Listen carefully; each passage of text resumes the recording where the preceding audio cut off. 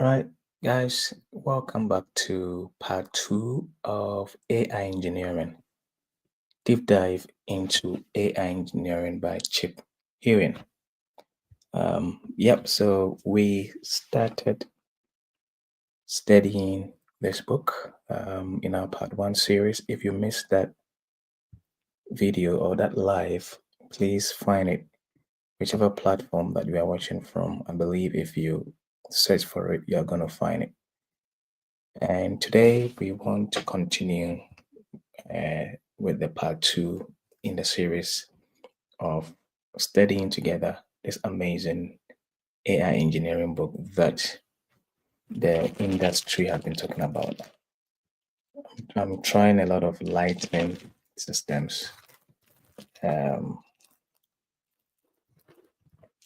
to see the one that is good because I realize my lighting is not good. I don't have any fancy, um, stuff.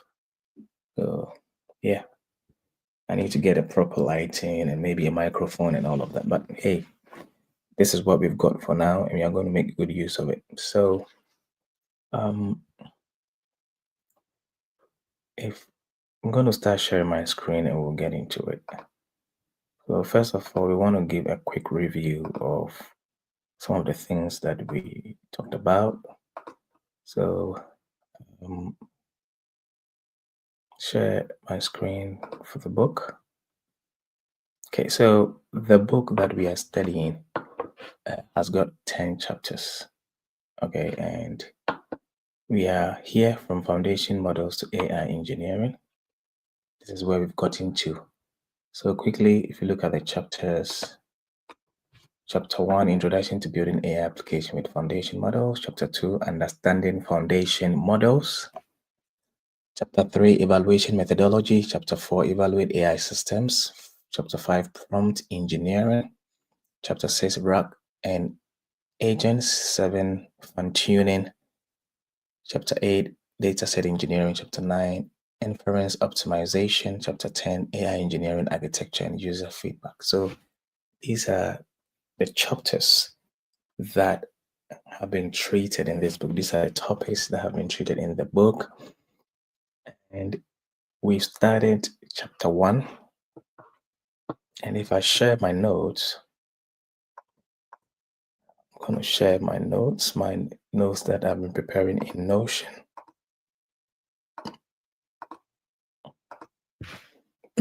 So this is the notes that will give us a recap of the things we've been studying. So in chapter 1, we started looking at some concepts in Introduction to Building AI Applications with Foundations. So one of the things we talk about is that for most big AI companies like the Google and the OpenAI and the Meta and the Amazon, those big tech companies are now AI companies. And what they are doing is every one of them is trying to build foundational models or foundation models and offer what is known as model as a service. Okay, for businesses and organizations that do not have the resources. And when I say resources, the compute resources and specialized talent to build AI models from scratch. So they build these models, spend a lot of maybe millions of dollars and human resources and whichever resources at their disposal to build these models. And smaller companies that do not have those resources and the time to build models from scratch build their AI applications on top of these models. Okay, and we also learned that the first LLMs emerged in the 1950s.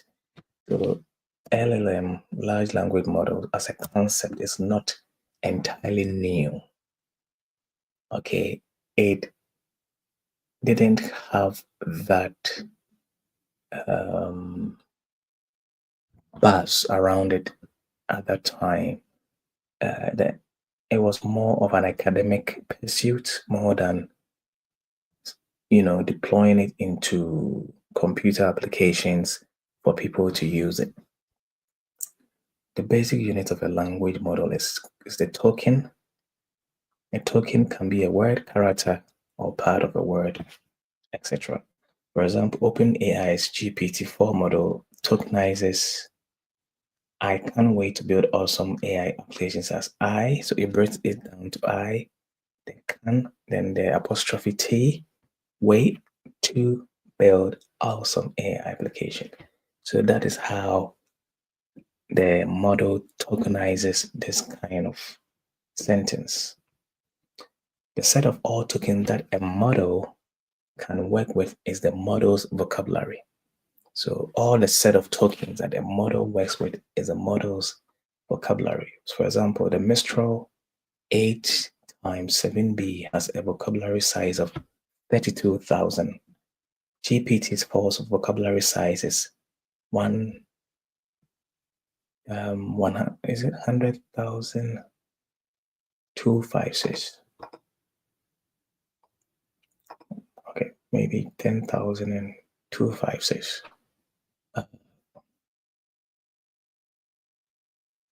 Yeah, whatever.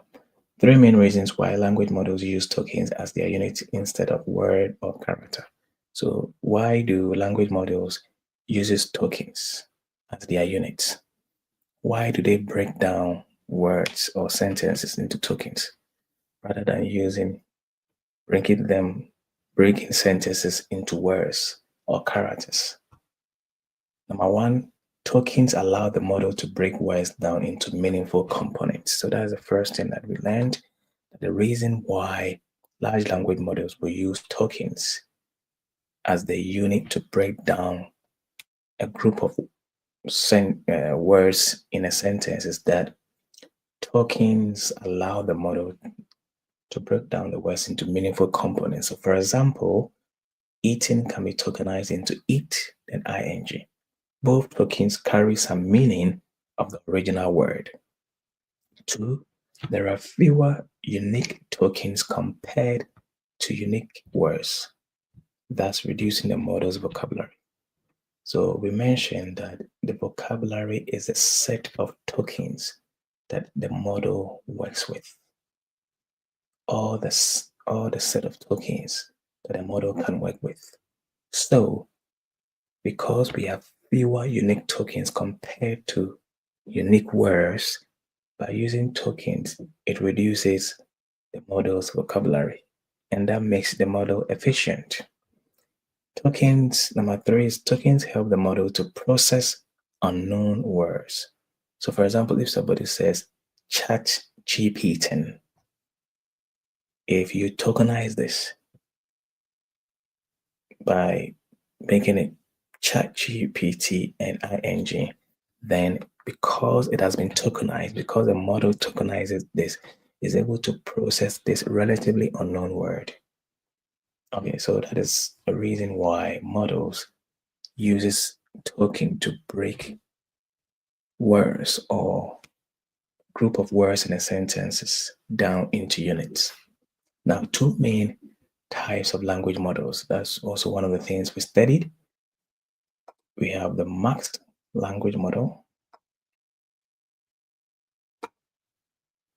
We got the mixed language model and auto-regressive language model. Okay. And we said for the mixed language model, what it does is that it predicts missing tokens in a sentence using the context that comes before and after the missing tokens. All right. It predicts missing tokens in a sequence using the context that comes before and after the missing token. So, for example, my favorite is rice pudding. Now, in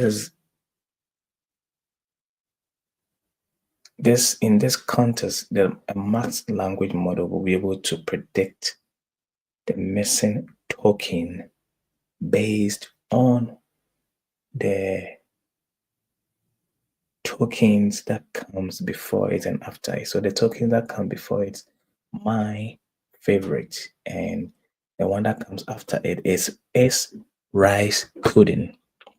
So as a result of that, based on these tokens that come before it and after it, okay, the model will be able to predict that um, the best answer here may be breakfast or food. You'll be able to predict these. So well-known example of Max language model is bidirectional encoder representations from transformers, aka BERT, bidirectional encoder representations from transformers. Mixed language models are mainly used for non-generative tasks such as sentiment analysis and text classification. Okay, mixed language models mainly used for non-generative tasks. So tasks that does not maybe demand, or the model is not expected to complete something. So for example, if I say my favorite dash is rice pudding, that one is a generative task because the model is expected to populate the missing token. But for the matched language model, it is good for non-generative tasks, okay, such as sentiment analysis and text classification. Now, it doesn't mean that it cannot do generative tasks, just that it is just good for non-generative tasks. Okay, so the next one is the autoregressive language model. This one predicts the next token in a sequence using only the preceding tokens. It predicts the next token in a sequence using only the preceding tokens. Autoregressive language models are mainly used for generative tasks, and it is the most popular. Okay, so two main types of language models. First one, mixed language model and autoregressive language model. Right, so we've talked about the mixed language model, and we said that the autoregressive language model predicts the next token in a sequence using only the preceding token. So unlike the mixed language model that predicts the next token in a sequence using the tokens that came before and the tokens that comes after, autoregressive predicts the next token in a sequence using the tokens that came before the preceding tokens. So for example, you say, I will go to the bus station to board air. So the model is going to predict the next token based on the preceding tokens. Okay. Right. Autoregressive language models are mainly used for generative tasks, and it is the most popular. So this is a diagram from the book, and it sort of explains it well. So for example, autoregressive LM, why does a chicken cross there? Then you leave the model to predict the next word. So it will look at these words that comes that precedes it and is going to predict the next word. And the next one, why does then you leave it a space for the model to predict cross the road, then it's going to predict based on the preceding tokens and the token that comes after it. Okay, so those are the two types of language models. Then we've talked about the concept of self-supervised versus unsupervised. Language models are trained through self-supervision, which is different from unsupervised learning. Self-supervision learning uses labels from the input data to train the model, whilst unsupervised learning does not use labels at all. And I learned that this is one of the reasons why training large language models is relatively cheaper. It's not that expensive compared to training a model that depends on supervised learning. Because for the supervised learning, you have to show the model some examples, some labels, and it's not able to self learn. You have to keep showing it. So large language models is trained through self supervision. So supervised learning is cheaper compared to supervised learning when it comes to training large language models for completion tasks. It's cheaper because the language models learns via the labels in the input data, and as a result, the model developer does not have to spend resources in providing labels, unlike in the case of the supervised learning. Large language models, LLMs, versus large multimodal models, LMMs. So LLMs are models trained on text only. LMMs are models trained on several modalities such as text, image, audio, etc. Okay, so for example, Gemini and GPT models are not LLMs as most people think, but they are LMMs. So when ChatGPT was launched, it was purely LLM. It was a large language model because it was, trained on text only. It could produce only text. It was basically a completion generative model. It was generating the next token, whether masked or autoregressive. That was what it was doing. But now we know that Chat GPT, the GPT models, Gemini, Cloud, all of these that started as large language models or that are normally classified as large language models are not trained on only text. They are trained on images, videos, audios. So they are now LMMs, large multimodal models. Okay, so LLMs and LMMs, the umbrella term is just foundational models. Okay, so these are the stuff that I learned the last time. So having done a recap, let's now go into the book and continue.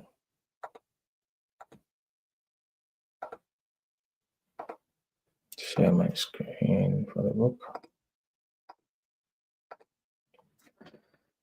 Okay, so we've got to from foundational models to AI engineering. AI engineering refers to the process of building applications on top of foundation models.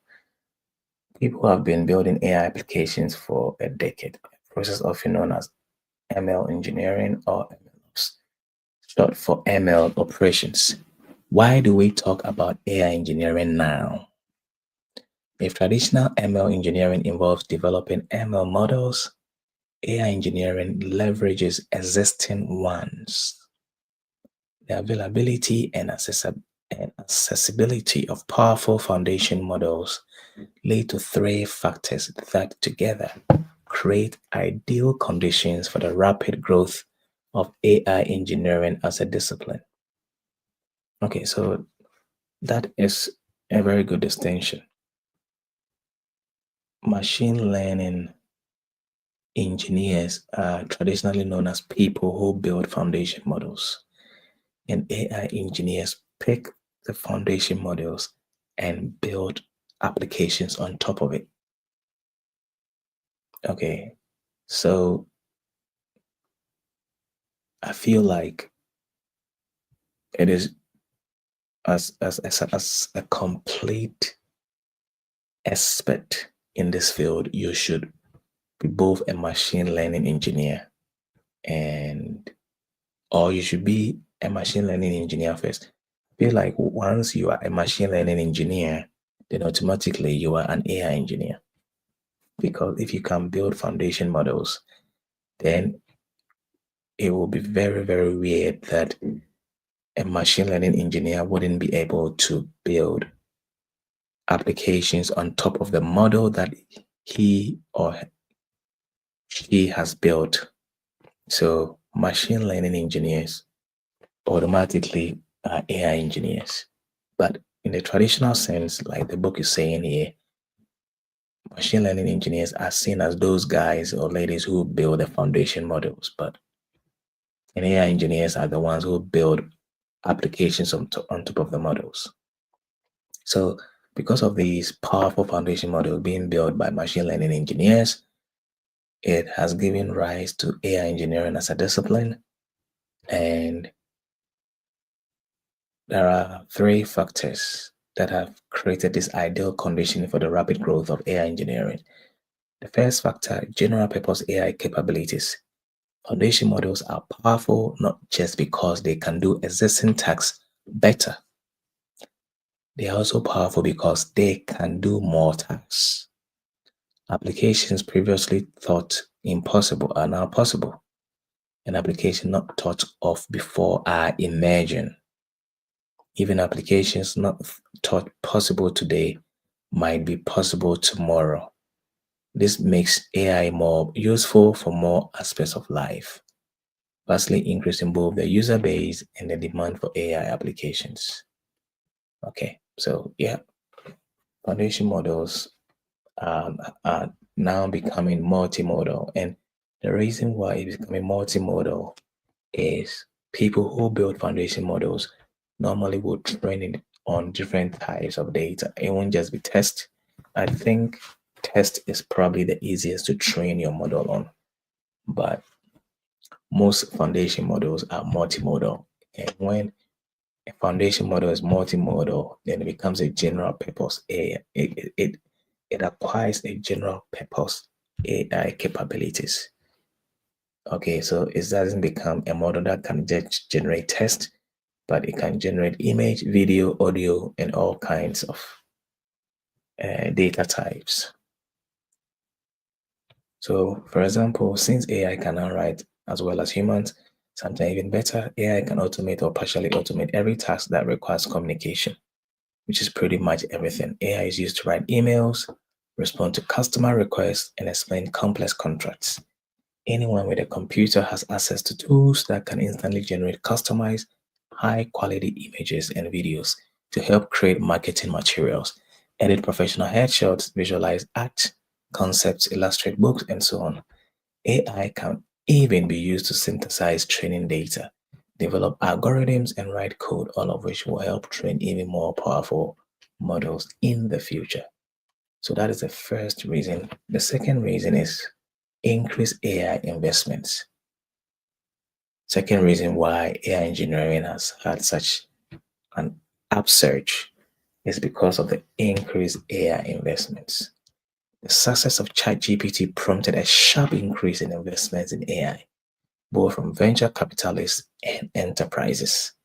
As AI applications become cheaper to build and faster to go to market, returns on investments for AI became more attractive. Companies rush to incorporate AI into their products and processes.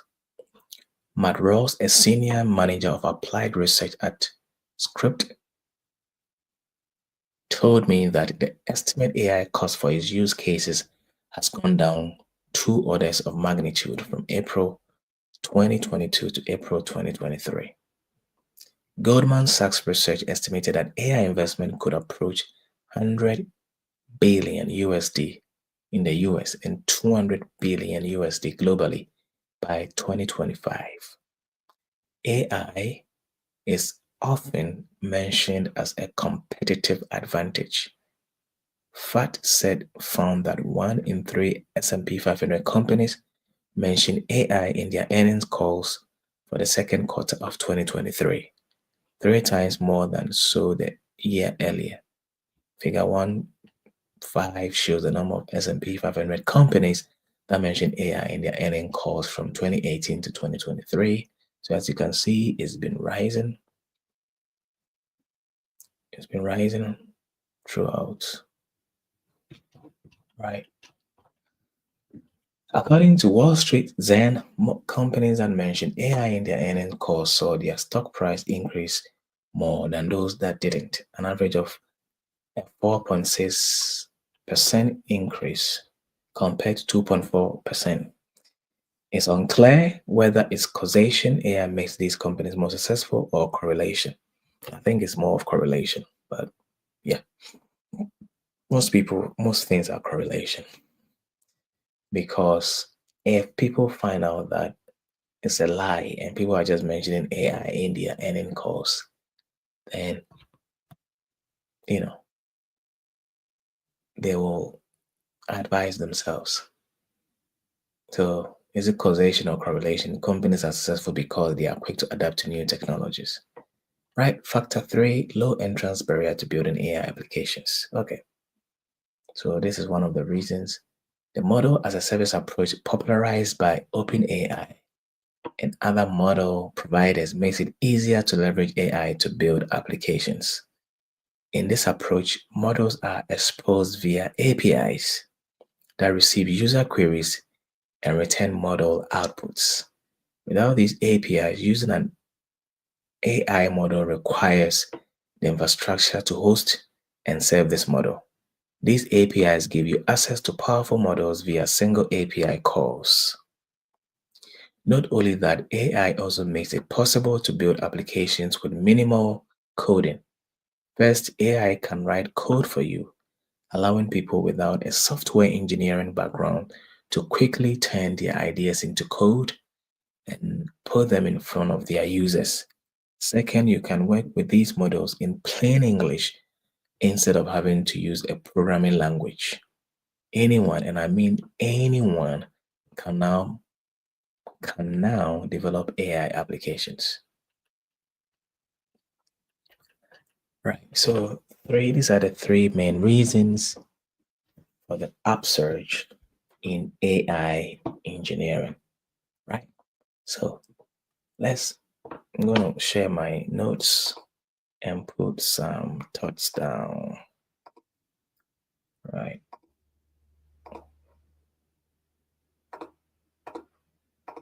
Okay, so just to recap what we just read,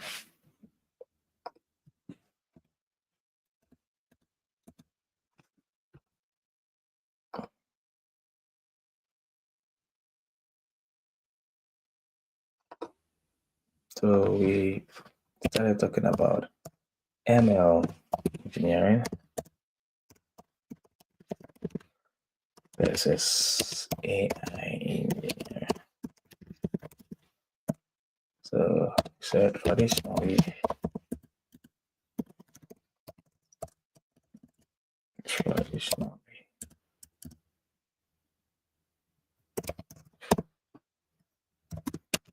ML engineering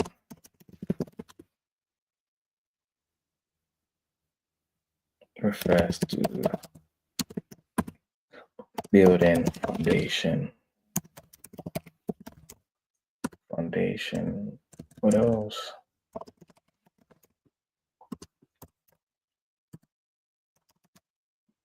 Whilst AI engineering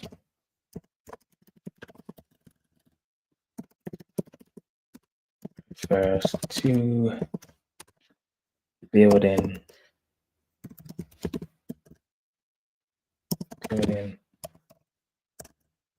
applications on top of these models. Okay, then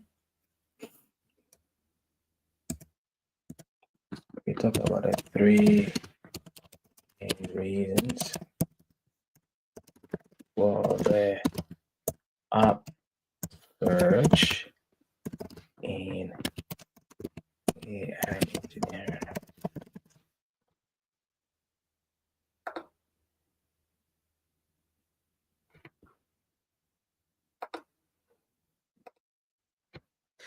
So, first reason being the the concept of the model as a service. The concept of model as a service. Then the increase in the investment in AI.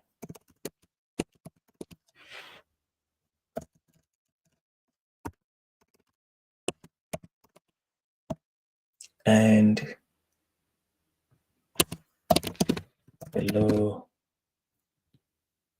barrier to entry.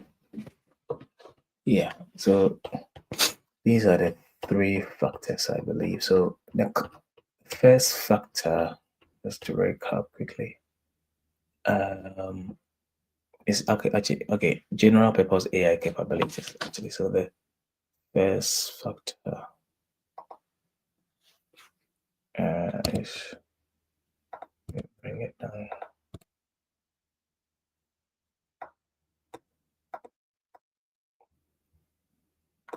So we have general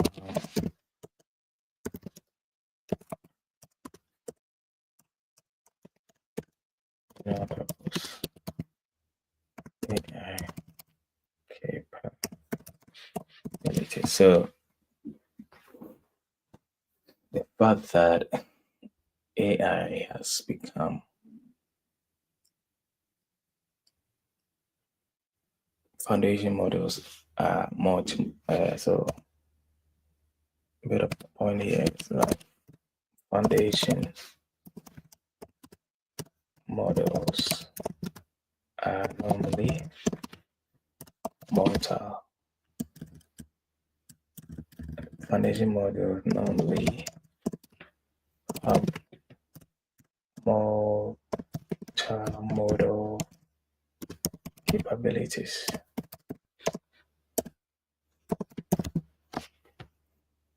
Okay.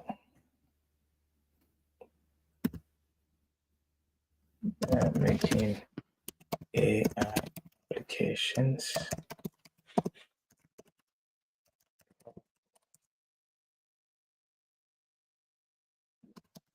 for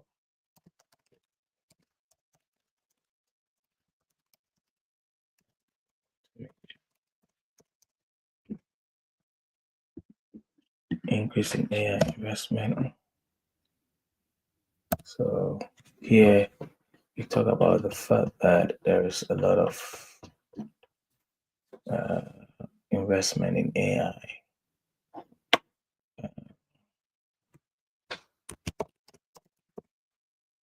So one of the things we mentioned is that S&P 500 companies that mentioned AI in their earnings call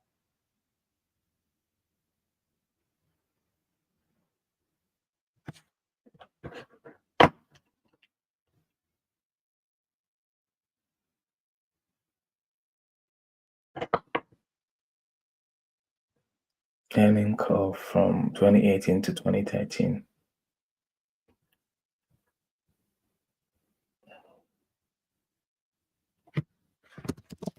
From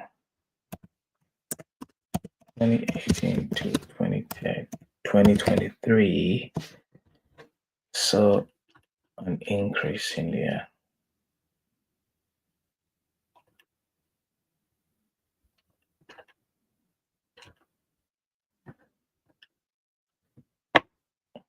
This is an increase in their stock price on average of 4.6%. So they saw an increase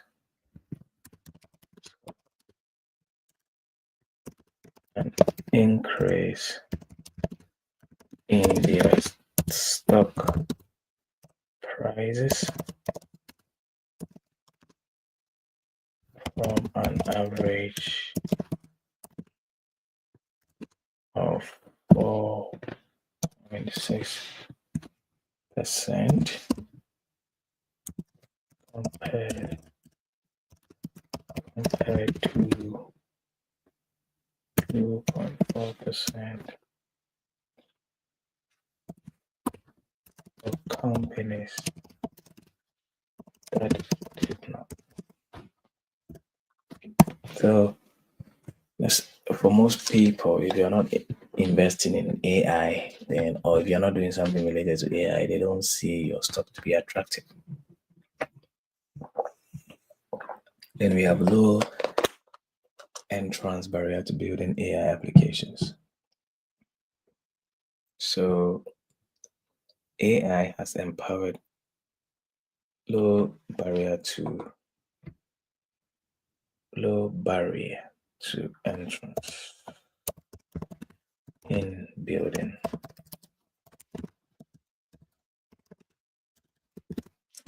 AI applications. No, you know, AI has empowered people with no software dev background to build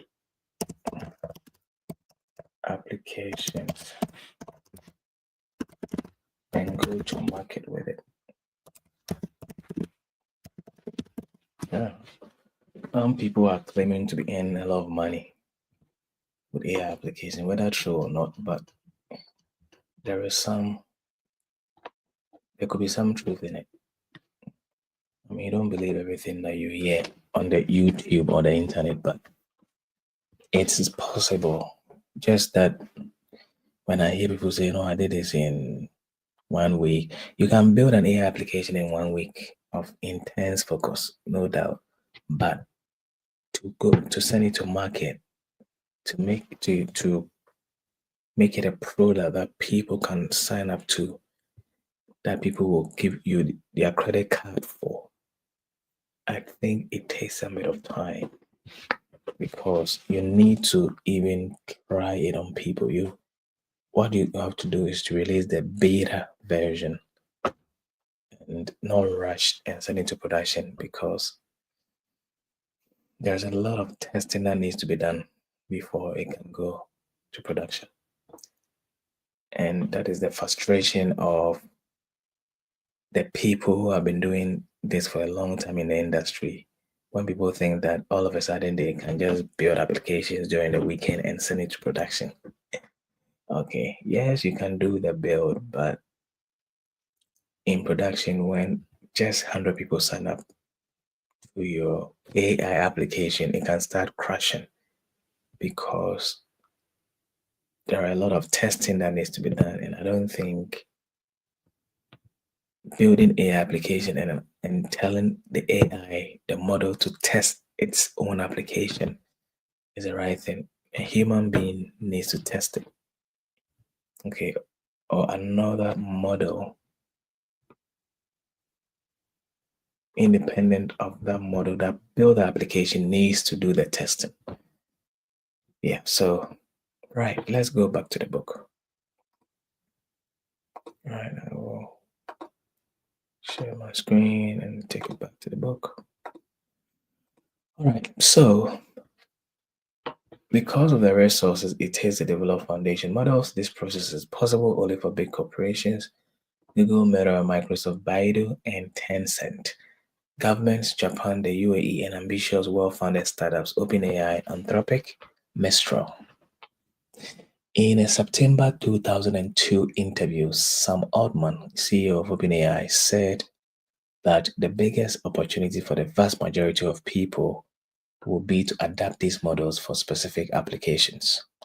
The world is quick to embrace this opportunity. AI engineering has rapidly emerged as one of the fastest and quite possibly the fastest growing engineering discipline. Tools for AI engineering are gaining traction faster than any previous software engineering tools. Within just 2 years, 4 open source AI engineering tools, that is AutoGPT, Stable Diffusion, Help UI, LangChain, Llama, have already garnered more stars on GitHub than Bitcoin. Okay, they are on track to surpass even the most popular web development frameworks, including React and Vue, in star count. Okay, figure 1.6 shows that. Let's look at that figure. Okay, so this showing how much the open source you know, open source foundation models are getting more stars on GitHub or engineering tools, if you like. Okay, so a LinkedIn survey from August 2023 shows that the number of professionals adding terms like generative AI, ChatGPT, prompt engineering, and prompt crafting to their profile increased on average 75% each month. Computer World declared that teaching AI to behave is the fastest growing career skill. Right. Okay. So, why the term AI engineering? Many terms are used to describe the process of building applications on top of foundation models, including ML engineering, ML ops, AI ops, LLM ops, etc. Why did I choose to go with AI engineering for this book? I didn't go with the term ML engineering because, as discussed in AI engineering versus ML engineering on page 39, working with foundation models differs from working with traditional ML models in several important aspects. The term ML engineering won't be sufficient to capture this differentiation. However, ML engineering is a great term to encompass both processes. That's what I said from the beginning. I feel like ML engineer should be able to build foundation models and also build apps on top of the model.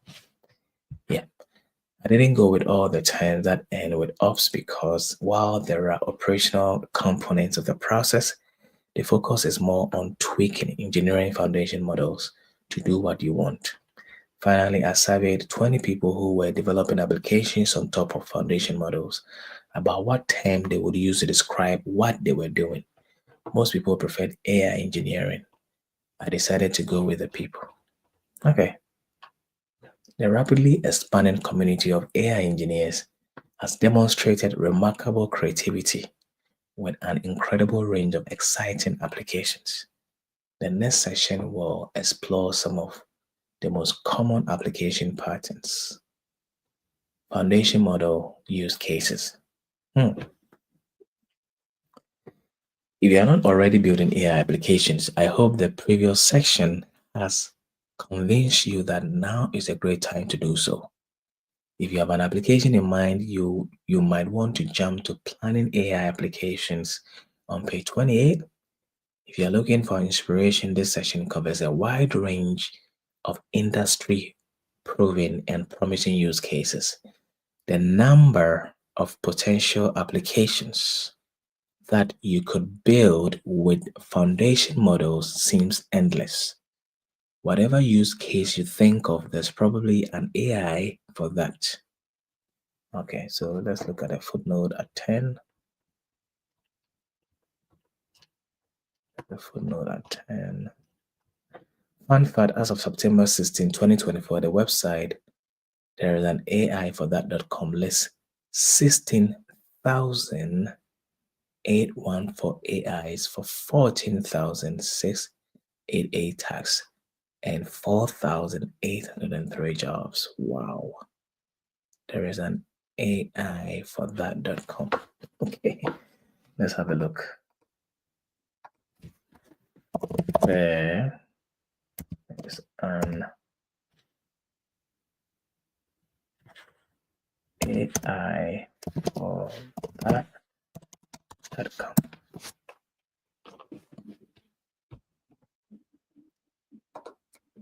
Okay.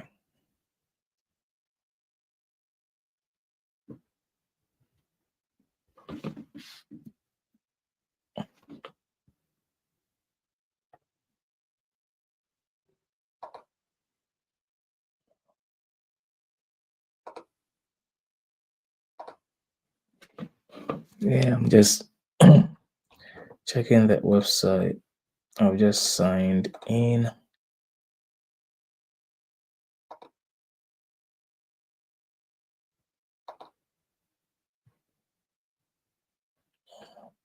It's asking me to choose a task I'm interested in.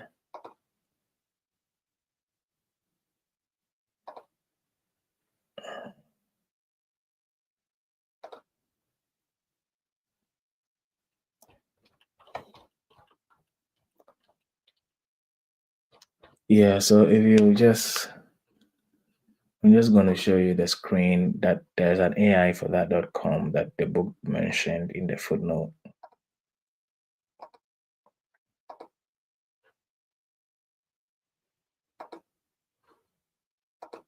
So this is the page, and it's telling me to choose which things I'm interested in so that it shows you the AI for that. So coding checklist, audio enhancement, AI business, interview preparation goals, music, outfits, Gmail, email writing, medical advice, interior design, social media posts, Amazon shopping assistance, creativity, investment analysis, RSPs, business operations, idea enhancement, beach recommendations, SEC filing analysis, fashion, school subjects, math, tax management, internal links, Airtable formulas, wardrobe optimization, communication skills, trivia game, iOS design, outdoor activities, procurement, management, Pokemon cards, diabetes data analysis, English writing assistant, methodology, travel guides,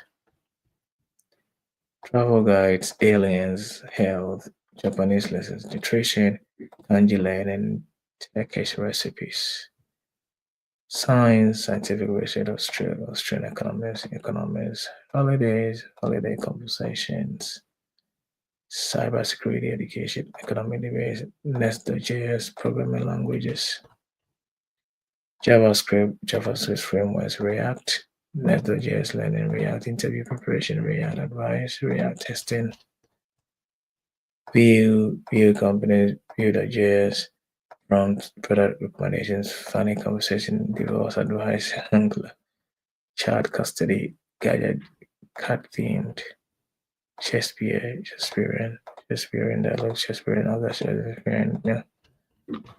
Okay, so it is just crazy. There's an AI for everything. I'm just choosing everything because I'm curious to know the things there. And look, I've just chosen this number. And look at the total.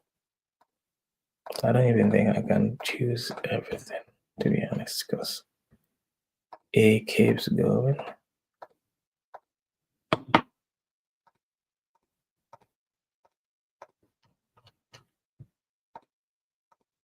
It's just insane.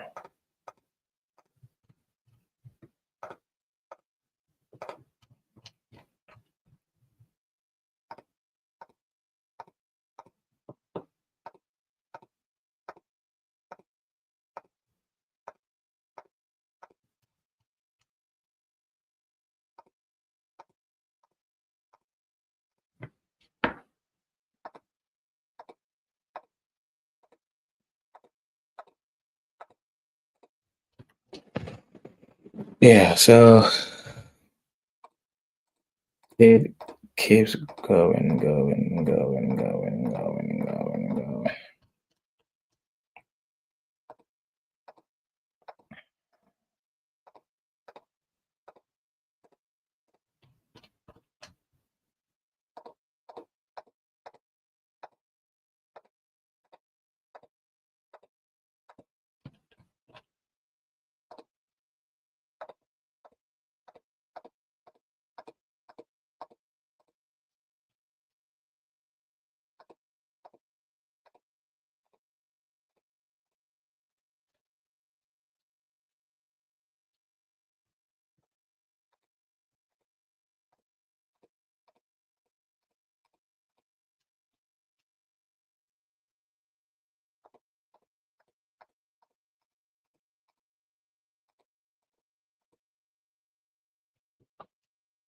So as you can see, I can keep taking, and it's endless because it's 12,000. So it's insane.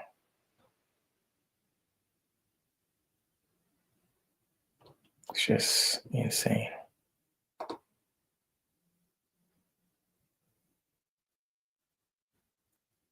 Yeah, so that's the page. There's an AI. Even for the preferences I couldn't choose, I believe what you need to do is just search for the thing that you've got, and it's likely there's gonna be an AI for it. So it is just insane.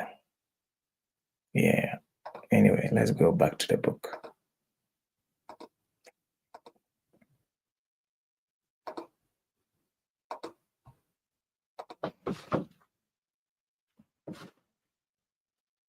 Right. So interesting. I'll go up.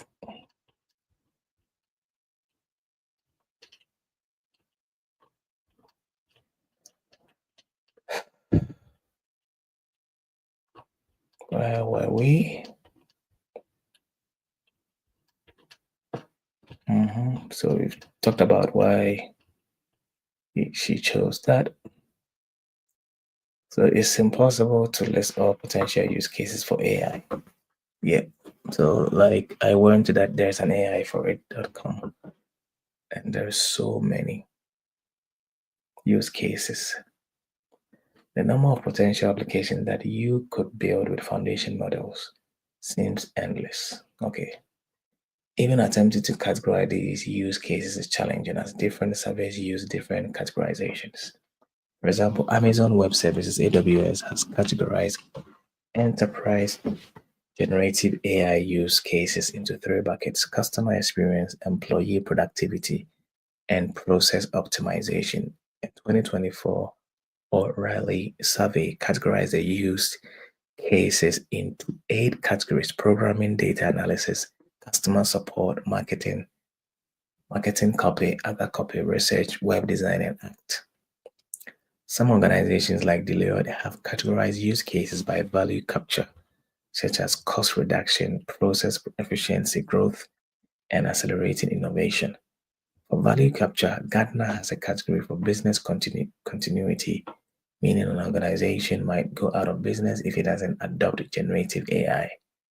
Of the 2,500 executives Gartner surveyed in 2023, 7% cited business continuity as a motivation for embracing generative AI. Yeah, I think it's really true that businesses need to understand that they can't pretend that they won't be impacted by AI. Even if you are Warren Buffett, who seems to get away with a lot of things and doesn't care about a lot of things and seems to get away with it. At his age, probably he wouldn't care about what is happening in the world of AI. I'm told that he doesn't really bother about investing in AI companies and all of that. But the dude is almost 100. He has seen it all, and he probably thinks that this is a new technology for the new world, which he might not be part of. So I am sure that if he brings his work to an end and somebody takes over, they will be concerned about AI impact on their company, their investment company. So everybody needs to be concerned about it and think of AI use cases. So I'm just putting it down, that upside down there is an AI for that.com. Okay, so Elundo et al. Has excellent research on how exposed different companies are to AI. And it talks the exposure of companies to AI. They define attacks as exposed if AI and AI powered software can reduce the time needed to complete this task by at least 50%.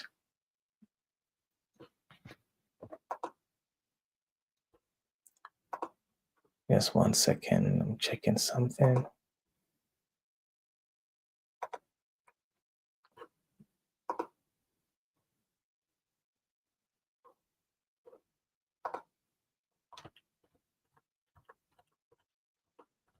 Okay, so when a task can be completed by AI for at least 50%, then it means that that task is exposed to AI. An occupation with 80% exposure means that 80% of the occupation tasks are exposed.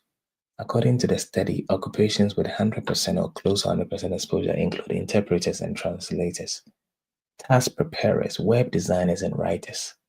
Some of them are shown in Table 1 2. Not unsurprisingly, occupations with no exposure to AI include cooks, stonemasons, and athletes. Athletes, okay. I think for most occupations that involves physical effort, unless you build a humanoid, AI can't take it. So, for example, somebody who's a footballer, you can't build an AI application to take over. Like a software, you have to build the hardware and put AI into it. So we can have humanoids who are footballers, but still we will be able to know that this is a humanoid, and I don't want to watch a humanoid playing when I can watch a real human being play. So yeah, those who are into that physical kind of work, but those of us whose work involves sitting in front of a laptop and connecting to the internet and working, all of us are at risk because we've got such a huge exposure for our jobs to AI. Yeah. And it's interesting that even jobs like financial, quantitative analysts, mathematicians, yeah, when ChatGPT started, it sucked at doing math. It couldn't handle complex math like calculus. Now, GPT-4, GPT-4 Omni, GPT-5, great at doing math.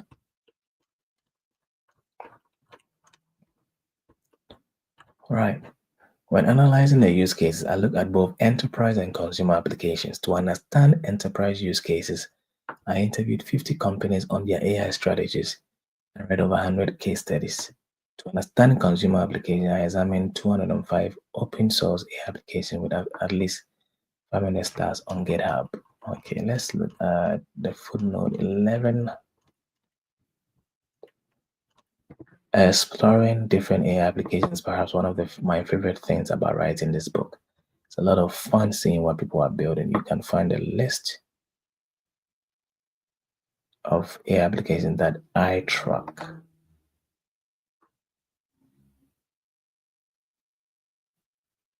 So that I'm just going to go to that website. The website is huyenship.com.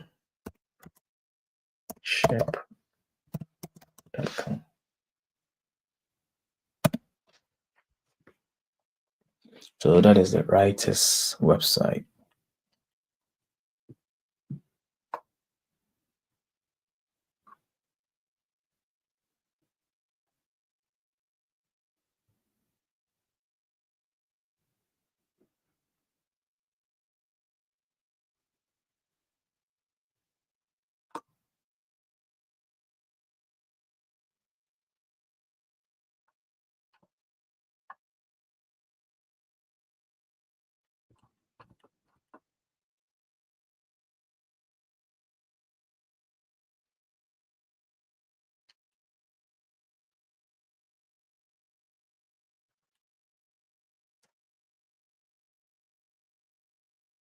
Okay, I'm just looking at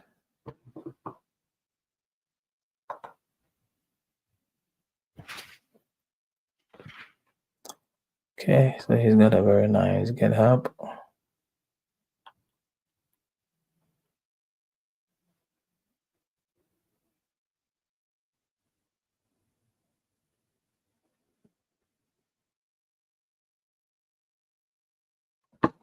Okay. So yeah.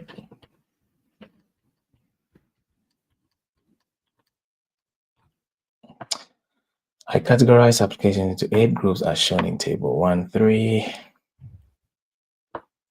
The limited list here serves best as a reference as you learn more about how to build foundation models in chapter 2 and how to evaluate them in chapter 3. You will also be able to form a better picture of what use cases foundation models can and should be used for.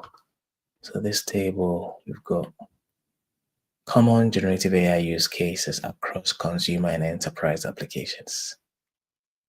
So category examples of consumer use cases, examples of enterprise use cases. All right, so coding,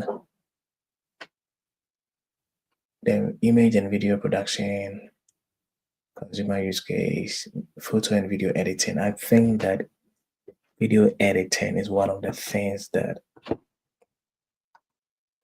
will be great for a lot of creators because it is time consuming and you can really find a way for an AI to edit your videos the way you would like it.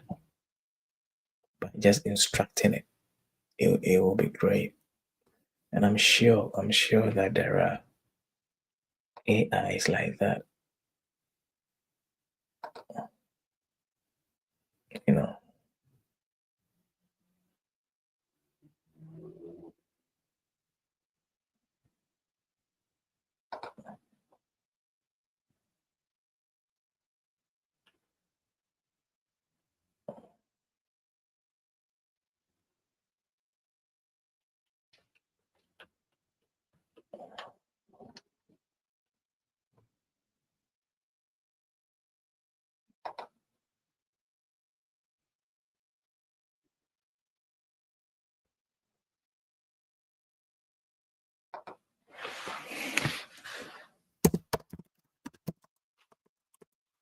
So I'm just checking video editing and I'm checking there's an AI for it.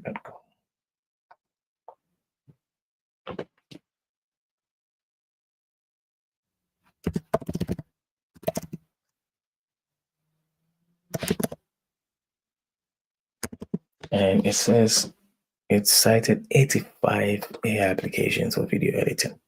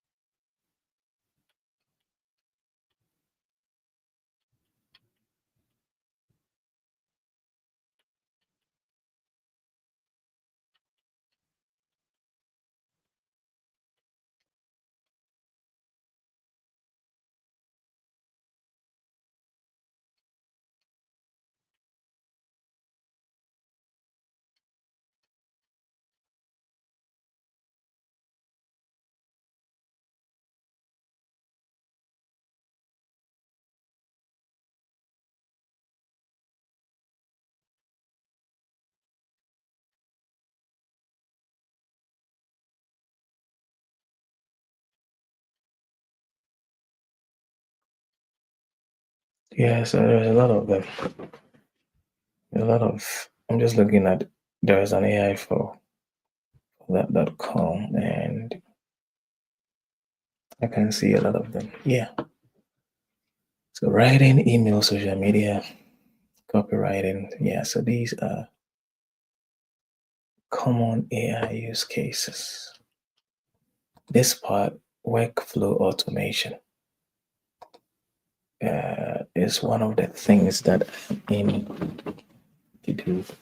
I become a workflow automation expert because I think that business, especially small businesses, people who do one man businesses, if you can show them how to build, or if you can build workflows for them and automate most of their work.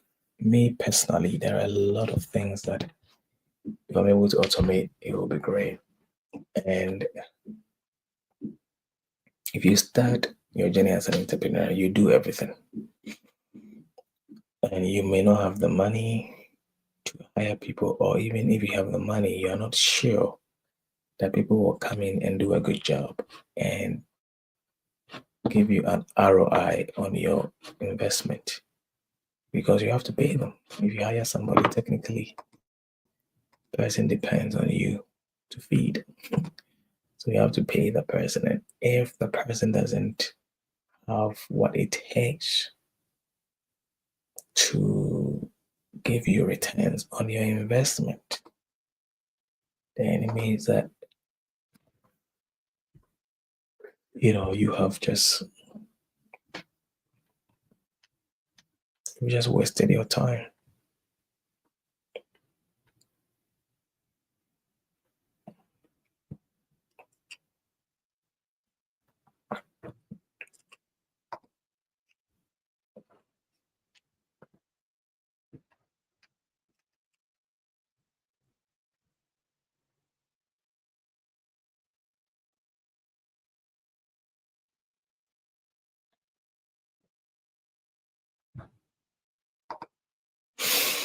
Okay, so all of these are use cases, right? Because foundation models are general,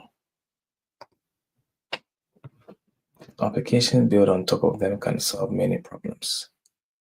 This means that an application can belong to more than one category. For example, a bot can provide companionship and aggregate information.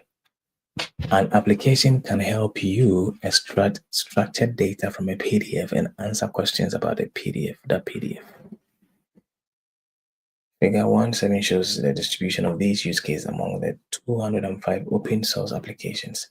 Note that a small percentage of education, data organization, and writing use cases doesn't mean that these use cases are unpopular.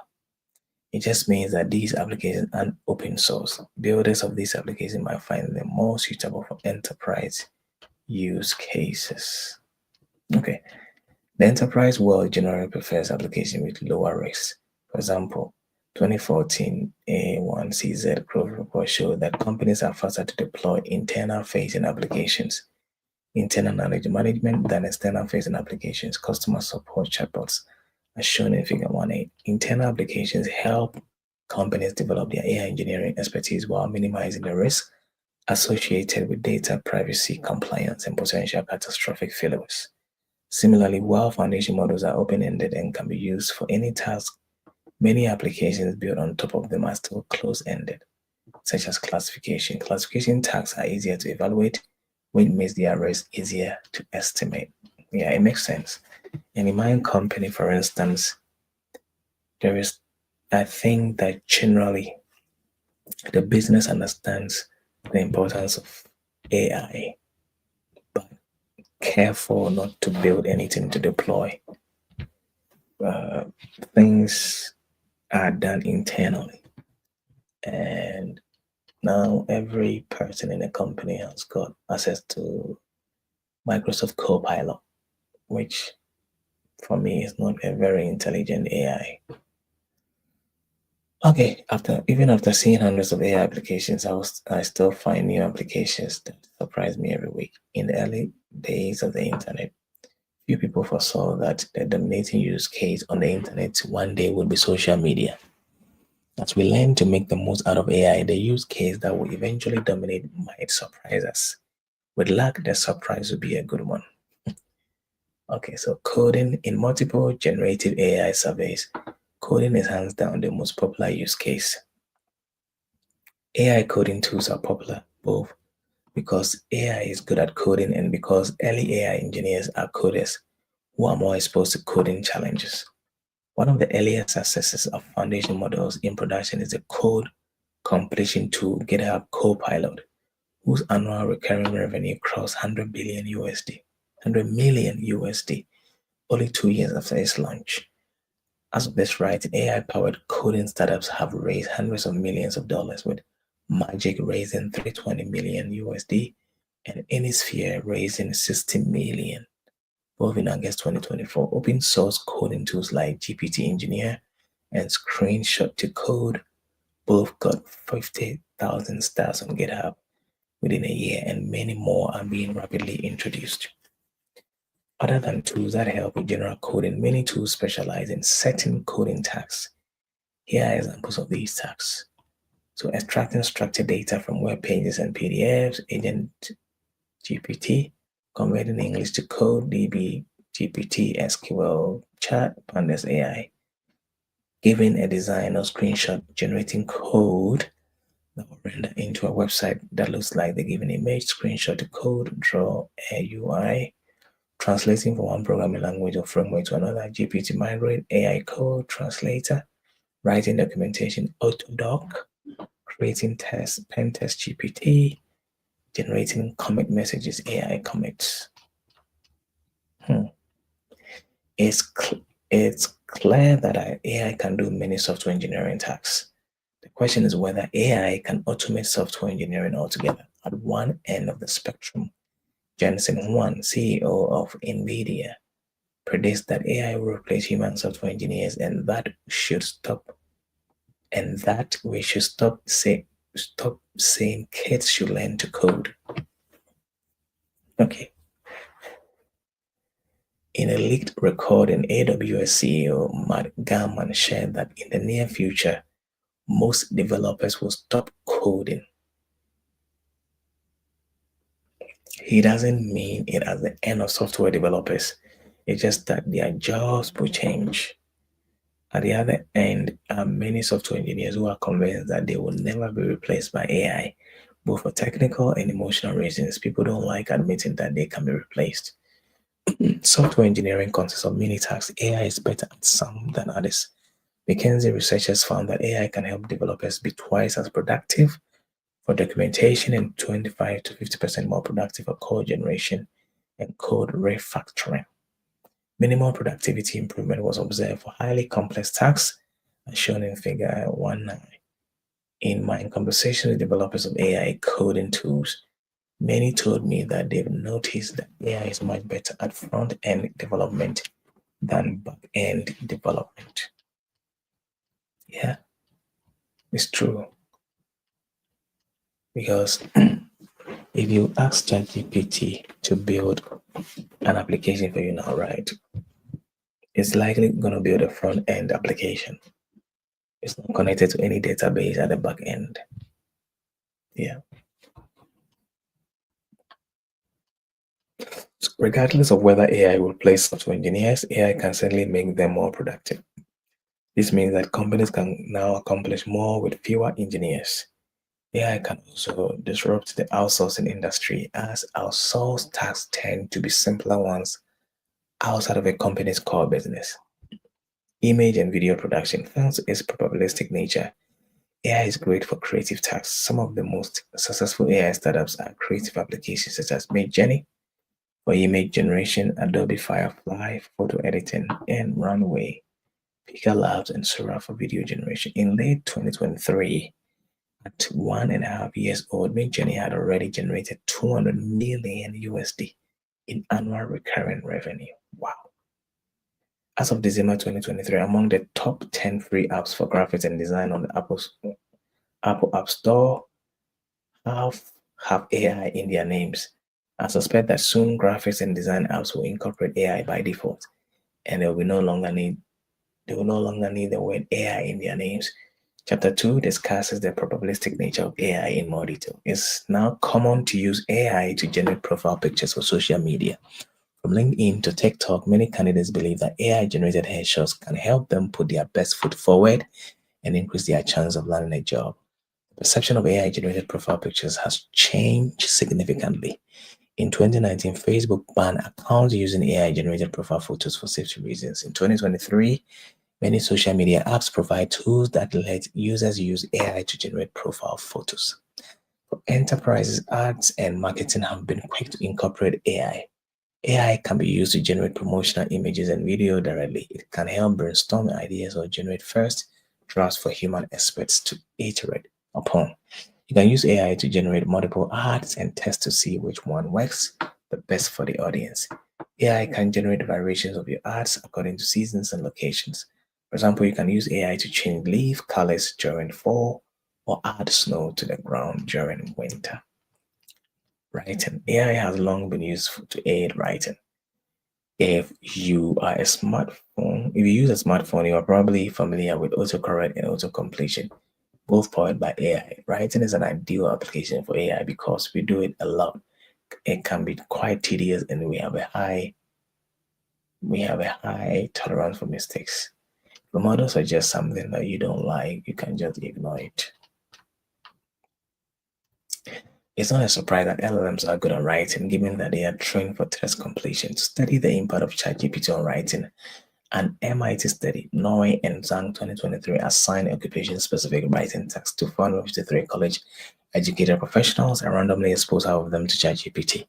The result shows that among those exposed to ChatGPT, the average time taken decreased by 40% and output quality rose by 18%. ChatGPT helps close the gap in output quality between workers, which means that it's more helpful to those with less inclination for writing. Workers exposed to ChatGPT during the experiment were 2 times as likely to report using it in their real jobs 2 weeks after the experiment, 1.6 times as likely 2 months after that. For consumers, the use cases are obvious. Many use AI to help them communicate better. You can be angry in an email and ask AI to make it pleasant. You can give it bullet points and get back complete paragraphs. Several people claim they no longer send an important email without using AI to improve it first. Students are using AI to write essays. Writers are using AI to write books. Many startups already use AI to generate children's fan fiction, romance, and fantasy books. Unlike traditional books, AI generated books can be interactive, as a book's plot can change depending on the reader's preference. This means that readers can actively participate in creating the story they are reading. A children's reading app identifies the words that a child has trouble with and generates stories centered around these words. Note taking and email apps like Google Docs, Notion, and Gmail all use AI to help users improve their writing. Grammarly, a writing assistant app, fine-tunes a model to make users' writing more fluent, coherent, and clear. AI's ability to write can also be abused. In 2023, the New York Times reported that Amazon was flooded with shoddy AI-generated travel guidebooks, each outfitted with an author bio, a website, and rave reviews, all AI-generated. For enterprises, AI writing is common in sales, marketing, and general team communication. Many managers told me that they've been using AI to help them write performance reports. AI can help craft effective code outreach emails and copywriting and product descriptions. Customer relationship management CRM apps like HubSpot and Salesforce also have tools for enterprise users to generate web content and outreach emails. AI seems particularly good with SEO, perhaps because many AI models are trained with data from the internet, which is populated with SEO optimized tests. AI is so good at SEO that it has enabled a new generation of content farms. These farms set up junk websites and fill them with AI generated content to get them to rank high on Google to drive traffic to them. Then they will sell advertising spots through ad exchanges. In June 2023, NewsGuide identified almost 400 ads for 141 popular brands on junk AI generated websites. One of those junk websites produced 1,200 articles a day. 1,200 articles a day. Unless something is done to curtail this, the future of internet content will be AI generated, and it will be pretty bleak. Ooh, 1,200 articles a day. Damn. I mean, if you've got a website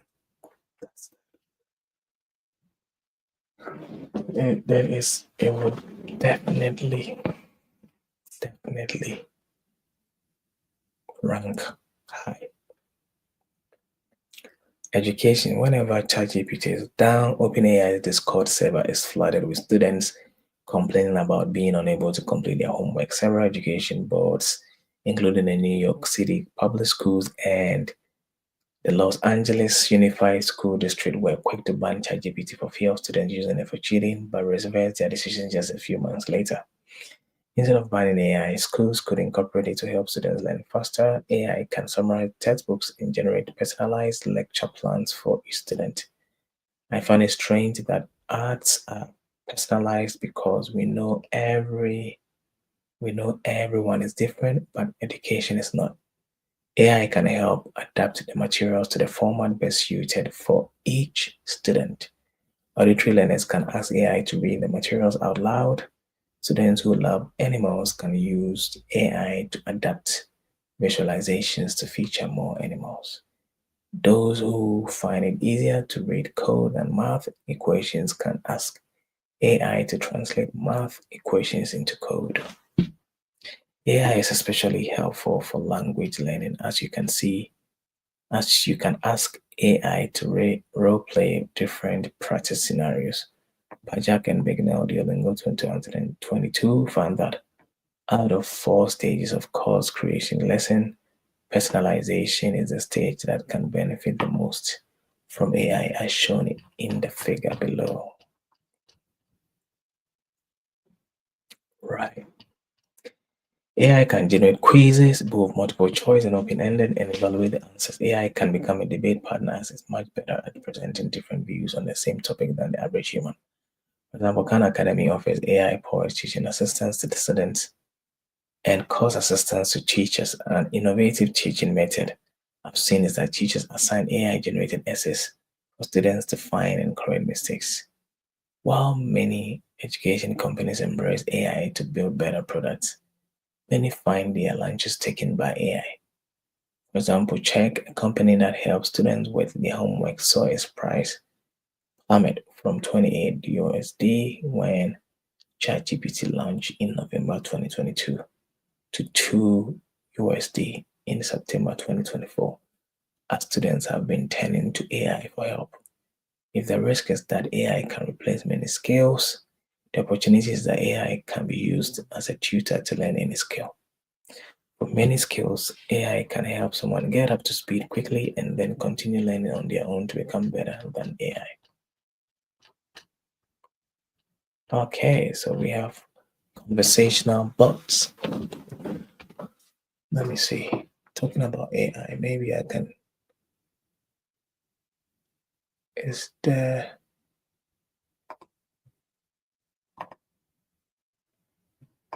Do we have a reader in this?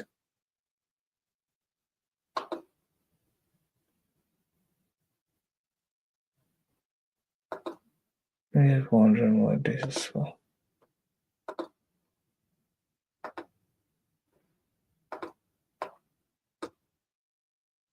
Okay, that's fine. I wanted AI to read it for me so that I don't have to read everything myself. But yeah, it likes this is Foxit PDF reader. I don't think it's got the test audio function. That's fine. Let's go on. So conversational bots are versatile. They can help us find information, explain concepts, and brainstorm ideas.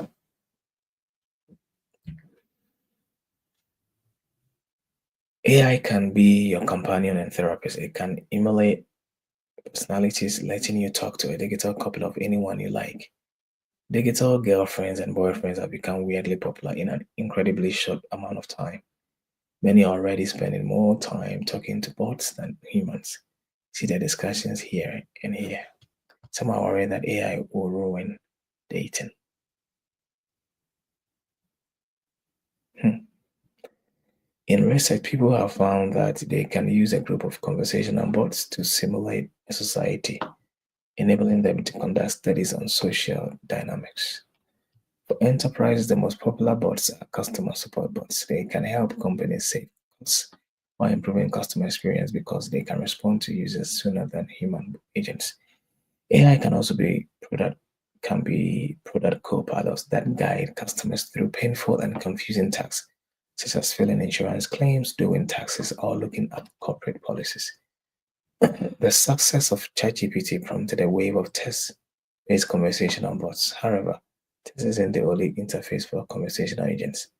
Voice assistants such as Google Assistant, Siri, and Alexa have been around for years. 3D conversational bots are already common in games and gaining traction in retail and marketing. One use case of AI-powered 3D characters is smart NPCs, non-player characters. See NVIDIA's demos of In-World and Convoy.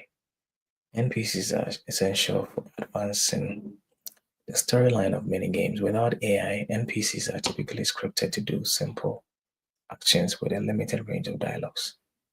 AI can make these NPCs much smarter. Intelligent bots can change the dynamics of existing games like The Sims and Skyrim, as well as enable new games never possible before. Information aggregation. Many people believe that our success depends on our ability to filter and digest useful information. However, keeping up with emails, Slack messages, and news can sometimes be overwhelming. Luckily, AI came to the rescue. AI has proven to be capable of aggregating information and summarizing it. According to Salesforce 2023 Generative AI Snapshot Research, 74% of generative AI users use it to distill complex ideas and summarize information. For consumers, many applications can process your documents, contracts, disclosures, papers, and let you retrieve information in a conversational manner. This use case is also called Talk to Your Docs. AI can help you summarize websites, research, and create reports on the topics of your choice. During the process of writing this book, I found AI helpful for summarizing and comparing papers. Information aggregation and distillation are essential for enterprise operations. More efficient information aggregation and dissemination can help an organization become leaner as it reduces the burden on middle management. When Instacart launched an internal prompt marketplace, it discovered that one of the most popular prompt templates is fast breakdown. This template asks AI to summarize meeting notes, emails, and Slack conversation with facts, open questions, and action items. These action items can then be automatically inserted into a project tracking tool and assigned to the right owners. AI can help you surface the critical information about your potential customers and run analysis on your competitors. The more information you gather, the more important it is to organize it. Information aggregation goes hand in hand with data organization. Okay, data organization. All right. How much have we got in this? I feel like with this part, we can breeze through it quickly.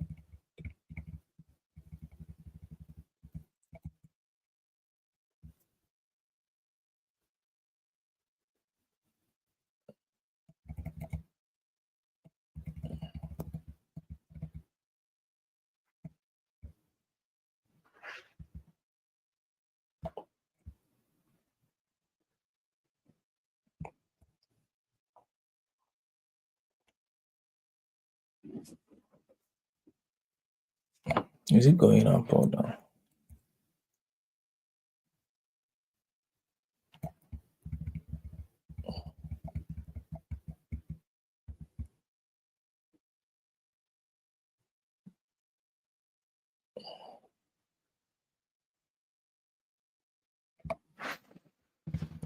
Data organization. One thing certain about the future is that we'll continue producing more and more data. Smartphone users will continue taking photos and videos. Companies will continue to log everything about their products, employees, and customers. Billions of contracts are being created each year.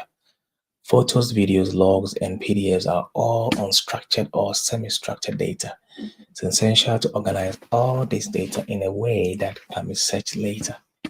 AI can help with exactly that. AI can automatically generate text descriptions about images and videos or help match text queries with visuals that match those queries.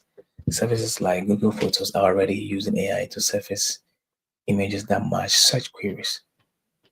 Google image search goes a step further. If there is no existing image matching users' needs, it can generate some.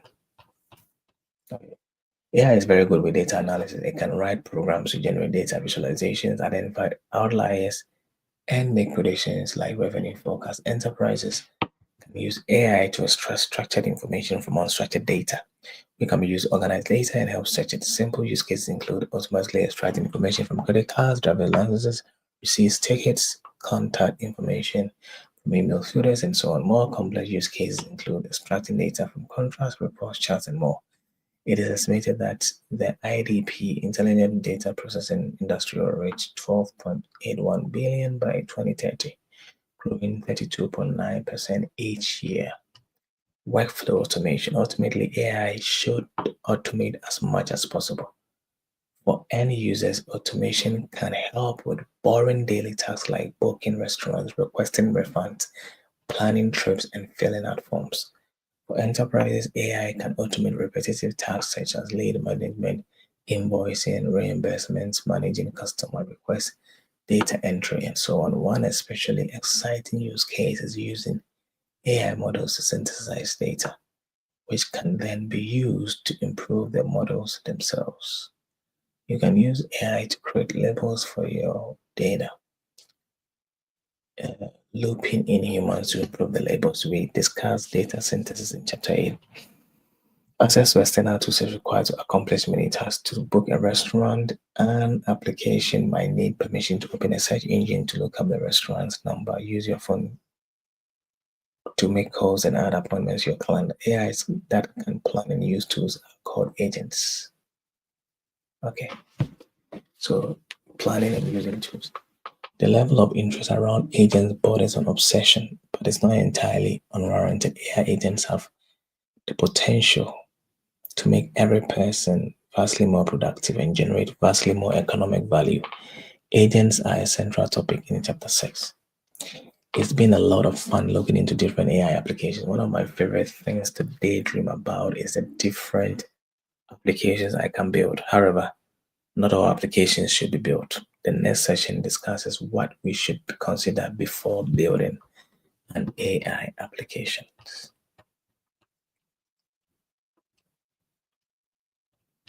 Okay, so the next thing we are going to be talking about is planning AI applications. Okay, but need to take a break. So, guys, we might end our lesson here today. Our life today. We've been reading for about 1 hour 30 minutes, and I need to go for a walk. So yeah, let us connect again, guys.